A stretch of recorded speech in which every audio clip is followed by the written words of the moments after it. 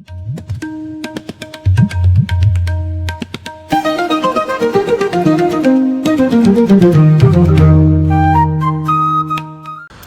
साथियों, depth astro के एक और नए सेगमेंट में आप सभी का स्वागत है।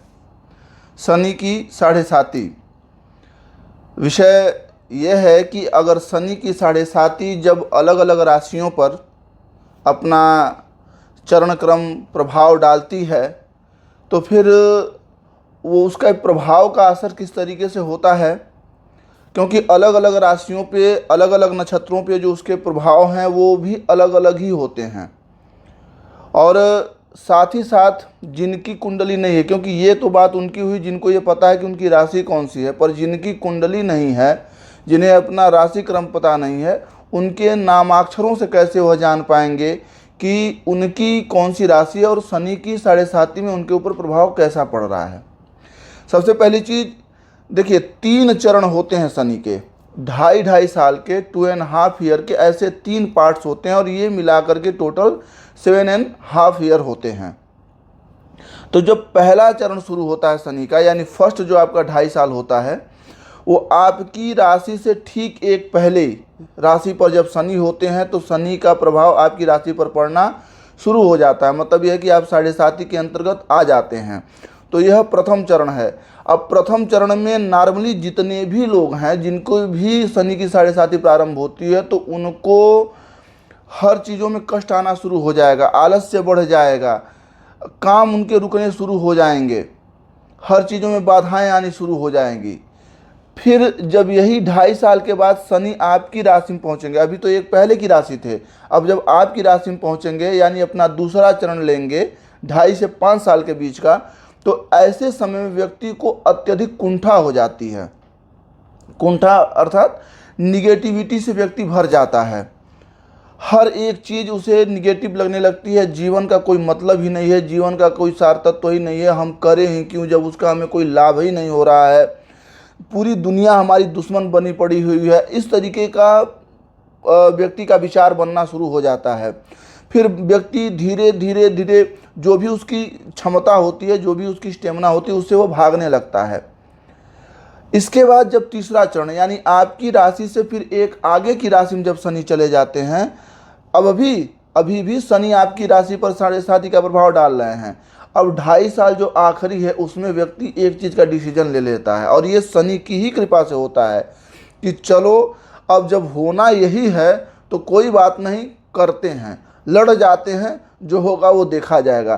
क्योंकि जब व्यक्ति के पास खोने के लिए कुछ नहीं रह जाता, वैचारिक रूप से मैं ये बात कर रहा हूँ, मानसिक रूप से, कि जब आप यह मान लेते हैं कि अब मेरे पास खोने के लिए कुछ है नहीं तो आपसे बड़ा कोई योद्धा होता नहीं है। और यही शनि की साढ़े साती में व्यक्ति को मिलने वाली शिक्षा है। और इसी क्रम में आज हम लोग बात करेंगे जो 10वें भाग में प्रवेश करके कर्क राशि, और कर्क राशि के प्रथम चरण को इसके पहले पुनर्वसु यानी 9वें भाग में हमने पुनर्वसु नक्षत्र की बात की हुई है, जिसमें कर्क राशि का एक अक्षर उसमें भी आ जाता है, ही। तो जो ही नाम राशि वाले हैं वह इससे अपना ले लेंगे। अब हम लोग आगे बढ़ रहे हैं और कर्क में ही पूरा जो पुष्य नक्षत्र आता है उसके चारों चरणों को भी ध्यान देंगे। तो कर्क राशि, पुष्य नक्षत्र और हु हे हो डा, ये जो 4 नामों से प्रारंभिक होने वाले जिनके नाम हैं इनके विषय में जानेंगे। देखिए, कर्क राशि अपने में एक तरीके से बड़ी उत्तम राशि तो है, क्योंकि इसके स्वामी चंद्रमा है और भगवान राम का जन्म भी इसी लग्न राशि में हुआ था।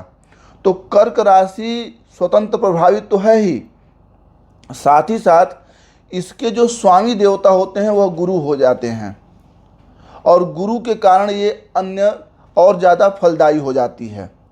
लेकिन सबसे पहले हम इनके नक्षत्र और इनके शनि के साढ़े साती का प्रभाव देखेंगे। तो देखिए, जब भी आपका नाम हा हु हे हो डा से शुरू हो रहा हो, आप अगर पुष्य नक्षत्र के हैं, कर्क राशि के हैं और आपकी शनि की दशा में अगर साढ़े साती की स्थिति में आपको कहीं कोई दिक्कत आ रही है तो एक बात ज़रूर नोट कर लें कि आपकी कुंडली में शनि कहीं न कहीं डिस्टर्ब है, शनि कहीं न कहीं पाप भाव या पाप अवस्था में बैठा हुआ है, तभी कर्क को शनि तभी दुख देता है। ऐसे दुख कभी नहीं दे सकता है कर्क, क्योंकि कर्क पे जो पुष्य है नक्षत्र, इस पे स्वयं भगवान की कृपा रहती है।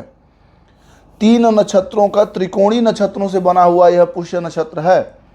और पुष्य नक्षत्र के जो अधिदेवता होते हैं वह गुरु होते हैं। देखिए, कुंडली अगर हम कोई देख रहे हैं या किसी ग्रह को देख रहे हैं तो वह ग्रह कहाँ बैठा, कहाँ का स्वामित्व करता है, यह तो एक बात हो गई, लेकिन नेचर से वह ग्रह कैसा है। जैसे शनि नेचर से कैसे हैं, वह पाप ग्रह कहे जाते हैं, पाप भाव में बैठे हों, लेकिन नेचर उनका क्या है, उनका नेचर है एक तरीके से जज वाला, वो जस्टिस करते हैं हमेशा। तो इसीलिए आफ्टर ऑल वो कहीं भी बैठे हों उनको जज बना दिया जाता। उसी तरीके से गुरु का स्वभाव ये होता है कि गुरु हमेशा पवित्र माने जाते हैं और इसीलिए उनको कुंडली में धन का स्वामी बनाया जाता है।